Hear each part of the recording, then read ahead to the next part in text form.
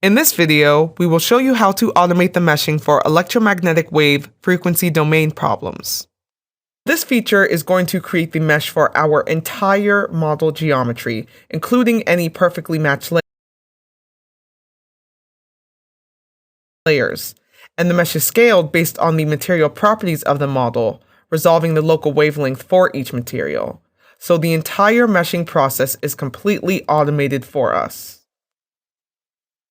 Here we have open the optical scattering model in COMSOL Multiphysics, and we're going to take advantage of the symmetry of this model, which is a sphere, by only modeling a quarter of it. We have the dielectric sphere, which lies within the center of the model and is surrounded by air.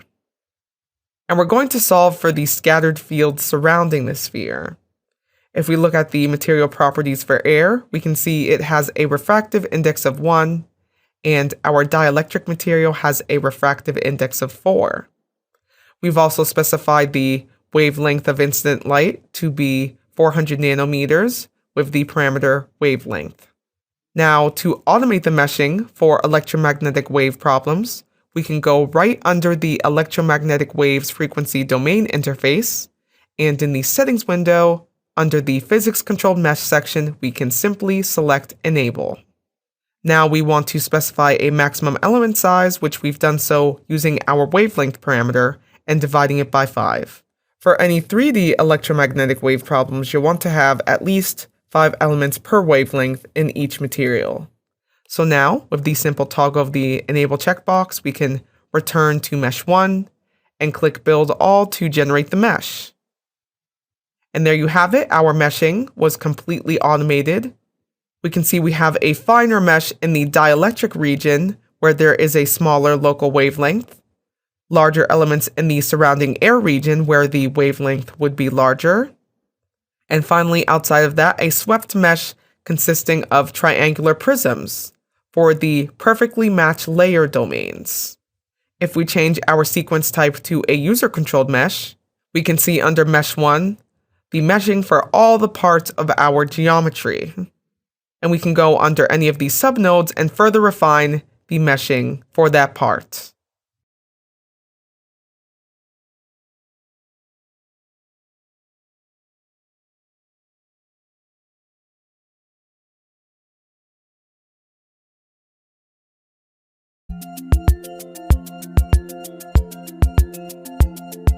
In this video, we will discuss why meshing is important and how to mesh your model geometry in COMSOL Multiphysics. When building the mesh, there are several factors that should be taken into consideration, all of which can be addressed using various features and functionality available in the software. These include choosing a mesh sequence type that either completely automates the process of meshing the geometry or enables you to build a custom mesh yourself, the order of operations in your meshing sequence, the element types available to be used, the size and distribution of elements, the element order being used, and the mesh quality. These and more contribute to your model geometry being properly and efficiently resolved by the mesher. We will also provide you with several tips and best practices to keep in mind as you are building the mesh for your model. To start off, let's provide some context as to how important and great a role that meshing plays in solving a problem. So when you are creating a model, the problem can be described by partial differential equations, and the solution to your mathematical model is approximated through the finite element method, which the COMSOL Multiphysics software is based on. So the finite element method is used to discretize the problem and thus divide and conquer the model. And by discretize, we mean to break down into smaller, discrete parts. This happens through the geometry being divided into several smaller discrete parts called elements. And the solution is obtained through stitching together low-order polynomials over each element to form a piecewise global function. So in discretizing the problem, there are 3 main factors we need to consider. First, how we divide the geometry. Second, by what means we divide the geometry. And third, how the solution is interpolated between nodes. So the first 2 points I mentioned are handled in the mesh settings, while the third point is done through the physics. So let's start by talking about how to divide an arbitrary domain such as this into several smaller subdomains first. So when it comes to generating the mesh for the geometry in your model, you have the ability to either completely automate this process in the software or do it manually yourself. And this can be done through right-clicking the Mesh node in the Model Builder window or by using the Mesh ribbon tab. For this component, I'm going to build the mesh exclusively through the Model Builder window and right-clicking the Mesh node. So first, let's go over how the software creates the mesh automatically.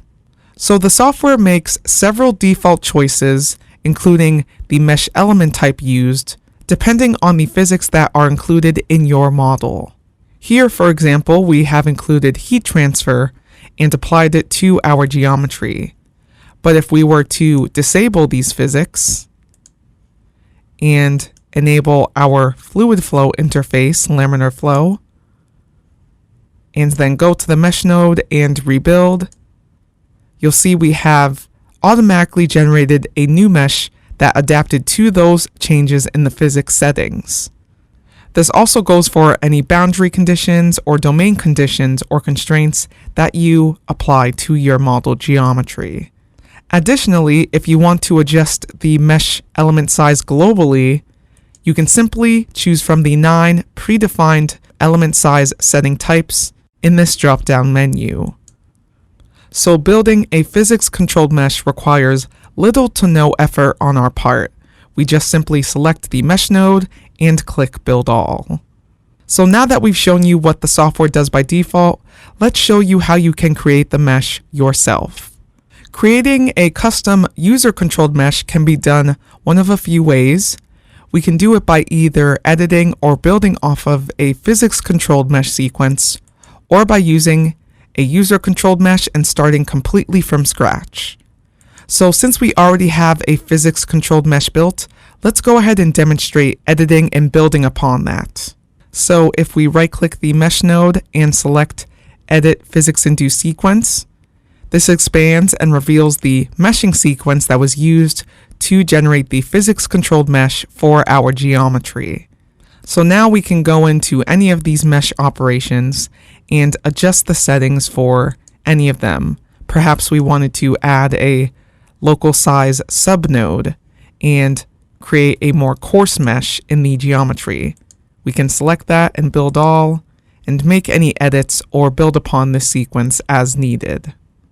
If we wanted to build the mesh for this geometry manually, we can simply delete the sequence and confirm that. Start off by adding a mesh generator node. Let's use a free triangular mesh. We can adjust the global size setting. Perhaps we want it to be a more coarse mesh. Since it's a fluid flow problem, we'll want to add boundary layers, and we can go ahead and apply this to all boundaries in the model and change some of the settings such as the thickness adjustment factor as well as the number of boundary layers, and adjust these settings to our own specification. If you ever at any time want to return back to the physics-controlled sequence, you can simply right-click and select Reset to the Physics-Induced Sequence, and then Confirm and Rebuild to reset those settings. Now let's go into more detail regarding the meshing sequence in our model. So the mesh is always built in a sequential order from the top downwards, and the mesh generated is always a result of building this sequence of operations as well as any local attribute subnodes. In any sequence, there will always be a mesh generator node, which indicates the element type used to resolve the geometry. And for many of the main mesh operations, you can always right-click and add an attribute such as a size, size expression, distribution, or corner refinement subnode. This also goes for the Mesh 1 node. You can right-click and add all the same attributes, some of which you can see we already have in our meshing sequence. So you can modify the mesh operations by going in and making changes in the settings windows, or by adding a subnode and making changes to those settings. Keep in mind that since the mesh is built in the order in which the operations appear, that if you happen to change or move around the order of any of these nodes, you may encounter building errors if you have an operation that depends on an operation earlier on in the sequence. Alright, so now that we've discussed how we can divide the geometry, let's discuss by what means we can divide the geometry through the element type used. So the element type used is the shape which is used to divide up your geometry. In 1D models, these are just intervals. In 2D models, you can subdivide your geometry into triangles or quadrilaterals, with the default being triangular elements. For 3D models, you can subdivide your geometry into tetrahedrons, hexahedrons, pyramids, or prisms, with the default being tetrahedral elements. Pyramid elements are added automatically by the software when necessary to transition between tetrahedrons and hexahedrons in your mesh. Please note that in COMSOL, hexahedron elements take on the shape of regular hexahedrons, which are essentially quadrilaterals swept along some distance. This also goes for prism elements, wherein we have a triangle that is swept along some length. So when creating a user-controlled mesh or editing a physics-controlled mesh, you can also change the size of your mesh elements by using a size node. A finer mesh will give you more accurate results. However, this will make your problem more computationally expensive and take longer to solve. Let's see how the software handles elements of different sizes in the same geometry using a simple example. So this geometry consists of a smaller rectangle contained within a larger rectangle. To make it easier for you to see visually how the software handles elements of different sizes contained in the same geometry, we'll use two different element types, both triangular elements and quadrilateral elements. And please note that for this example, I'm going to build the mesh exclusively through the Mesh Ribbon tab.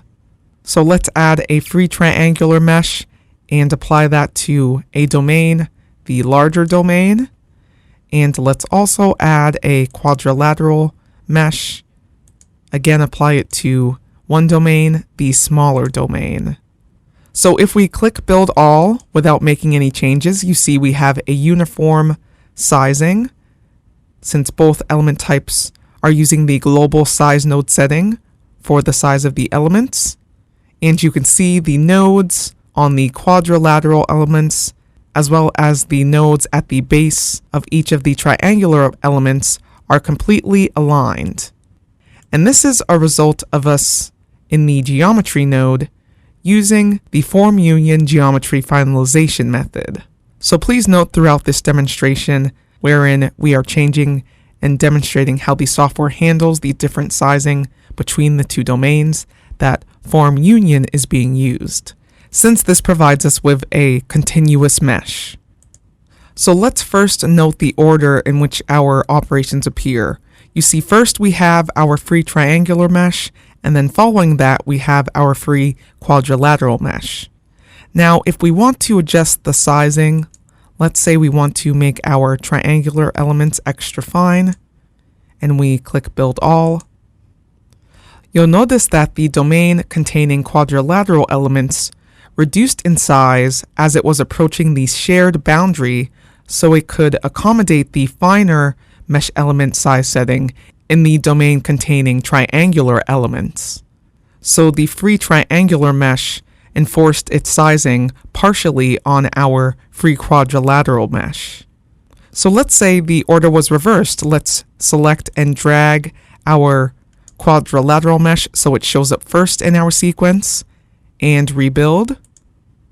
And you'll notice now that the domain containing our triangular elements, as it's approaching the shared boundaries, grew in size to, again, accommodate the more coarse mesh sizing for our quadrilateral elements. So when meshing the geometry, it's good to start with the entities that you want the most control over and have those settings appear earlier on in your meshing sequence.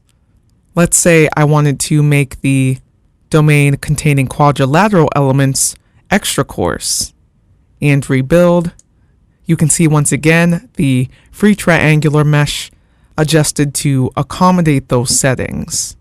Also, please note that the mesh adjusted accordingly in these ways since we have a continuous mesh through the form union geometry finalization method. For more information on form union and form assembly and how they affect your geometry as well as the mesh, please see our tutorial on the form union and form assembly geometry finalization methods. So now let's employ this logic of how and when to use different size elements in your geometry using a 3D real-world example. Here you can see we have the meshing sequence tutorial model opened up, and you can find this under Windows in the application libraries by going under the COMSOL Multiphysics branch, meshing tutorials, and then selecting and opening the meshing sequence tutorial model. And all I've done ahead of time is added some of the physics heat transfer, as well as included a time-dependent study step. So here in this model, we have a part of a circuit board on which a chip is mounted through an array of several solder joints. So when meshing a more complex geometry such as this, it's best to start with the mesh sizing that is going to be dominant throughout your geometry and set that as the setting under the global size node. So in this case, we would go to the mesh ribbon tab, select that mesh, edit the physics-induced sequence by clicking the edit button, and we could change that predefined mesh setting to coarser, since the majority of our geometry we are going to want resolved with a more coarse mesh. Thereafter, we can apply a finer mesh to the specific parts of the geometry through adding local size subnodes. In the case of this model, we are going to want to create a more fine mesh on the solder joints and have a more coarse mesh in the chip as well as the circuit board. And please note that for this example, I'm going to build the mesh through the mesh ribbon tab. So we can build our mesh using the coarser mesh size setting. And now we can select the free tetrahedral mesh generator node and apply a normal size setting to the solder joint domains by hiding the chip as well as the circuit board through the click and hide button, using the YZ plane view as well as the select box, and selecting all of those domains at once. Now we can click build all, and you can see the solder joints are resolved with a finer mesh, while we still have retained that more coarse meshing on the chip as well as the circuit board. So not only can the size of the elements in your mesh be controlled, but also the number of elements. If we can reduce the number of elements further, this will require less memory needed to solve our problem. So we can further reduce the elements in this geometry by using a swept mesh and applying it to the circuit boards as well as the chip. So in order to use a swept mesh, we first need to create a surface mesh which will be used to sweep through the respective domains. So to do this, first I'm going to update the settings for the free tetrahedral 1 node. We are going to apply this meshing only to the solder joints, so we can go ahead and omit the chip and circuit board from our selection and rebuild.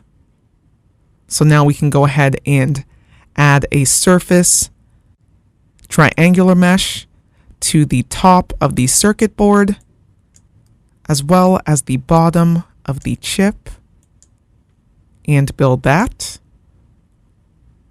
So now that we've done that, we can go ahead and add a swept mesh. At this point, all we have to do is click Build All, and you can see that the meshing was swept through those respective domains, with the more finer meshing in the center being the result of the solder joints being resolved with a finer mesh. For more precise control over the number of elements in the mesh, we can go ahead and add a distribution subnode. So here we are able to explicitly state how many elements we want the geometry to be resolved with. If we build with the default setting, you can see the changes in the geometry, but we actually want to use and include less elements. So let's change that setting to 2 and rebuild, and you can see again those adjustments made on the chip and circuit board portions of the geometry. So in these ways, we were able to keep a higher resolution for the domains most important to our analysis, which would be the solder joints, while retaining a more coarse mesh for the circuit board and chip components of the geometry. So for any model that you are building in the software, you may want to experiment with several different types of meshing sequences and using them to solve your problem. In any model component, you can include multiple meshes simply by using the Add Mesh button. And then perhaps in this mesh, we wanted to use a physics-controlled mesh, so we could build that. And we have those 2 meshes to choose from in solving our model. Be sure to specify which mesh exactly you want for your study to use by going under the Study Settings in the Mesh Selection section, and then specifying the exact mesh to be used. So now that we've discussed with what shapes and in what ways we can divide the geometry, let's now talk about the element discretization order. So when your mesh is generated, the elements that it consists of are formed by a collection of nodes.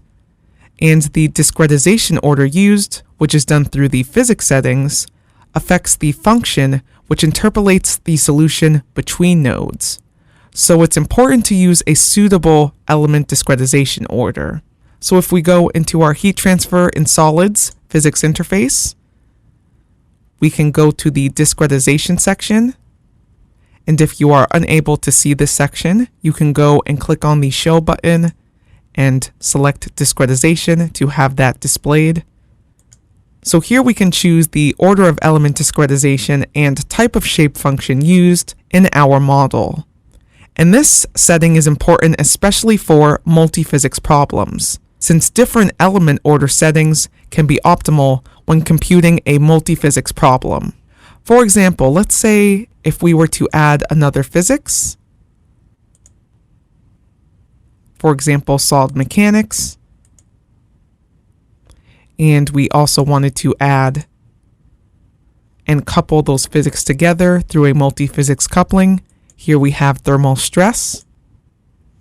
So now if we return back to the heat transfer in solids interface and look at the discretization section, you can see the setting has changed. So this is important to keep in mind, especially for when you're working with a multiphysics problem. So after we've finished defining the physics and computing the problem, we want to be sure that the mesh generated for our model is good enough.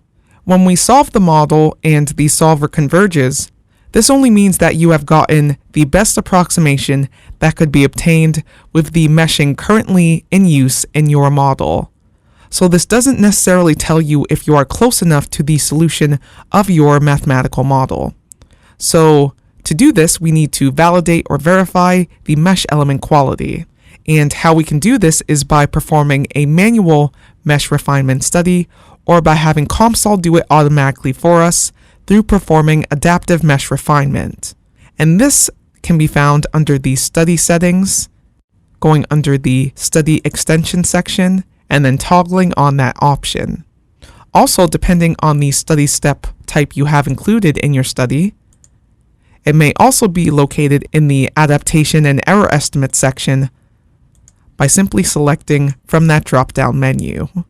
If you want to obtain a quick overview of the mesh you've generated at a glance, you can always right-click the mesh node and select Statistics. So here you can see several statistics regarding the elements for your whole geometry or only certain portions. You can choose the measure of quality that you want to look at statistics for, as well as an element quality histogram. So this is a great way to see various statistics, including some element quality stats at a glance. With that, we have showed you the ways in which you can generate a mesh for your model geometry in COMSOL Multiphysics.